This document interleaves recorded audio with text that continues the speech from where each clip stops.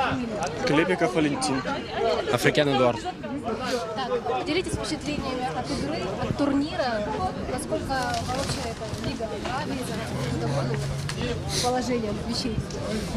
Нет, в принципе, организация этой лиги очень хорошая. Люди с РФСа, видимо, помогали.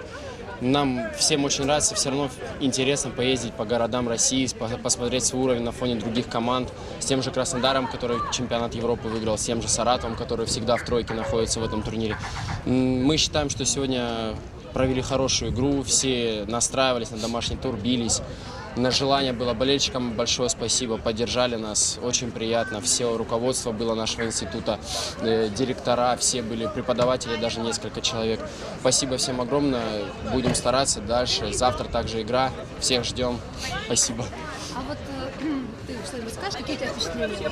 Я думаю, что домашние стены помогают. Это сыграло ключевой фактор сегодня. Мы неплохо играли. И, я думаю, заслужили победу сполна перед своими болельщиками, перед всеми преподавателями, ребятами, кто собрался поболеть. Я думаю, итог закономерен. Ребят, смотрите, проходят же другие всякие футбольные соревнования, первенство края и так далее. Чем это лига для вас особенно? Что